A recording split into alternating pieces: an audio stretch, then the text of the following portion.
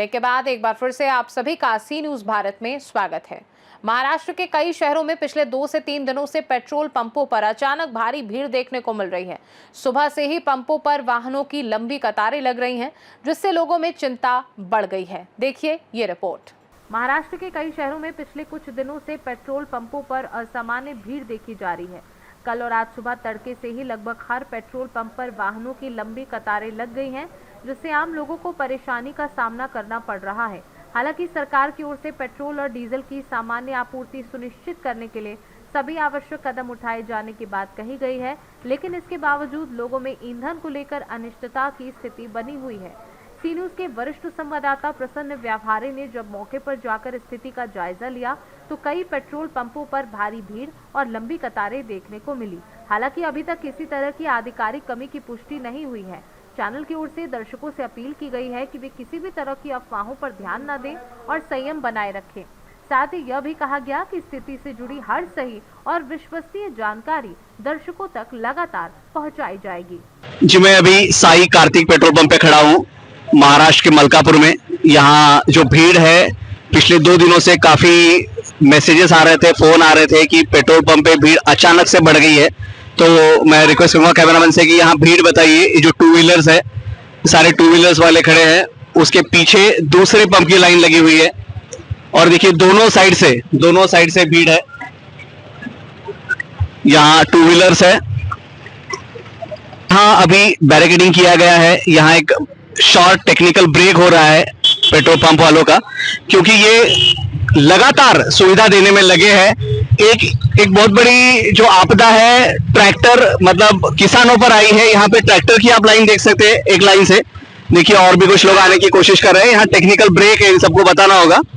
यहाँ खुद पंप के मालिक भी हाजिर है, जो सुबह 6 बजे से ये सारी सुविधाएं यहाँ दे रहे हैं। हम उनसे बात करने की कोशिश करेंगे। इसके बाद आपसे रिक्वेस्ट है, ट्रैक्टर की लाइन देखिए। अब ये ट्रैक्टर काफी सारा पेट्रोल खर्चा करके यहाँ लाइन में खड़े हैं। शायद 1 घंटे के आसपास समय हो चुका है और 1 घंटा कम से कम ये रुकेंगे, क्योंकि जो स्टाफ है वो भी काफी थक चुका है। यहाँ खुद ओनर है, वो भी काफी थक चुके हैं। हम कोशिश करेंगे उनसे बात करने की। एक ट्रैक्टर अभी निकला है। तो यहाँ सबसे बड़ी त्रासदी ये हो रही है कि कुछ 100 लीटर का पेट्रोल सिर्फ इन ट्रैक्टरों को लाने में, ले जाने में खर्चा हो रहा है। और क्या गवर्नमेंट को इस पे सोचना चाहिए कि जो ट्रैक्टर्स यहाँ तक आ रहे हैं, उसके लिए भी जो कंजम्पशन ऑफ फ्यूल हो रहा है, इसके लिए क्या किया जा सकता है। हमारे साथ आपा पाटिल है, जो काफी अच्छी सुविधा यहाँ दे रहे हैं। मलकापुर शहर में 3 पेट्रोल पंप अभी बंद है, जिसकी वजह से भीड़ बढ़ती ही जा रही है। नमस्कार पाटील साहेब, काय वाटतं ही इतकी गर्दी जी आहे 2 दिवसापासून आता वाढत चालली आहे, यावर काही अंकुश येईल का आणि सध्या परिस्थिती तुम्ही कशा प्रकारे हाताळताय? सगळ्यात पहिले तर सगळे माझी हात जोडून सगळ्यांना विनंती आहे, कुठल्याही अफवेवर विश्वास ठेवू नका। कंपनीचा जो सप्लाय आहे तो येतो आहे, पण लोक पॅनिक होऊन जे फिलिंग करतायत, तर कोणी मेहरबानी करून पॅनिक होऊन फिलिंग करू नये। आणि जो आम्ही प्रामाणिकपणे सेवा द्यायचा प्रयत्न करतोय, तरी सगळ्यांना विनंती आहे की कोणी अफवांवर विश्वास ठेवू नका। तो सीधे ये अफवाहों का बाजार गर्म है, इस तरह का पंप ओनर का एक यहाँ पे ओपिनियन निकल के आ रहा है।